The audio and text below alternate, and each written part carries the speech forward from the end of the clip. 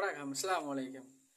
இப்போ நாங்கள் பார்க்க போகிற விஷயம் என்னென்னு சொன்னால் 2025ஆம் ஆண்டுக்கான ஓ லெவல் எக்ஸாமில் மேத்ஸ் சயின்ஸ் பாடம் ரெண்டும் முடிஞ்சு இப்போ இன்றைக்கி இடெக் பிடெக்கான அந்த 1 இயர் ப்ராஜெக்ட் என்ன, செகண்ட் 2 இயர் ப்ராஜெக்ட் என்னன்றதை நான் இப்போ வழங்கப்படுத்தப்படுறேன்.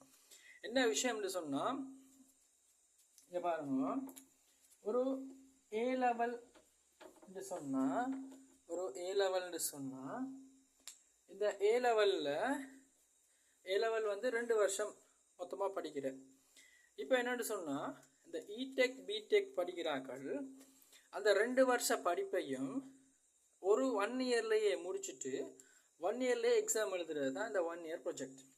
அந்த 1 இயர் ப்ராஜெக்டால் என்ன லாபம்ன்றது நாங்கள் இப்போ பார்ப்போம். முதலாவது, ஒரு வருஷத்துக்கு முன்னாலேயே நாங்கள் படித்து முடிச்சிடுவோம். அடுத்த ஒரு வருஷத்துக்கு முன்னாலே நாங்கள் யூனிவர்சிட்டி போகலாம். ஒரு வருஷத்துக்கு முன்னாலே நாங்கள் வேலை வாய்ப்புகளை தேடிக்கொள்ளலாம். இடெக் பிடெக்கை பொறுத்த வரையில் மிக கடினமான ஒரு சப்ஜெக்ட் இல்லை. என்னன்னு சொன்னால், நிறைய மாணவர்கள் தோற்று போகிறதுக்கான மிக முக்கியமான காரணம், 2 வருஷம் இருக்குதானே, புறவை படித்து கொள்ளலாம், ஒரு வருஷம் விளையாடலாம், புறவை இன்னொரு வருஷம் படிக்கலாம், இந்த அப்படி ஒரு இதில் போய் கொண்டிருக்கிறாங்க. நிறைய பொதுவாக பாய்ஸுக்காகத்தான் மேக்சிமம், அதாவது 1 இயர் ப்ராஜெக்ட்னு சொன்னால் 1 இயர்லேயே அந்த 2 வருஷ படிப்பையும் படிச்சுட்டு 1 இயரில் எக்ஸாம் எழுதிட்டு நாங்கள் யூனிவர்சிட்டி போகிறோம். இல்லாட்டி நாங்கள் 3 பாஸ் பண்ணிட்டு மேல் படிப்புக்கு நாங்கள் வேறு ஏதாவது கோர்சஸ் எதுவும் செய்கிறோம். இந்த 1 இயர் ப்ராஜெக்டுக்கு விருப்பமான மாணவர்கள் என் வகுப்பில் இணையலாம். 2028 பேட்சுக்கான வகுப்பில் இணையலாம். மார்ச் மாதம் 1ஆம் தேதி இடெக் பிடெக்கான 1 இயர் ப்ராஜெக்ட் ஆரம்பிக்கப்படும்.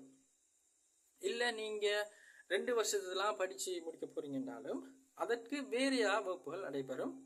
அதாவது 2 இயர் ப்ராஜெக்ட், அதாவது 2028 பேட்சுக்கான 2 இயர் ப்ராஜெக்ட் அப்படின்னு சொன்னால் 2028 எக்ஸாம் எழுதுவாங்க.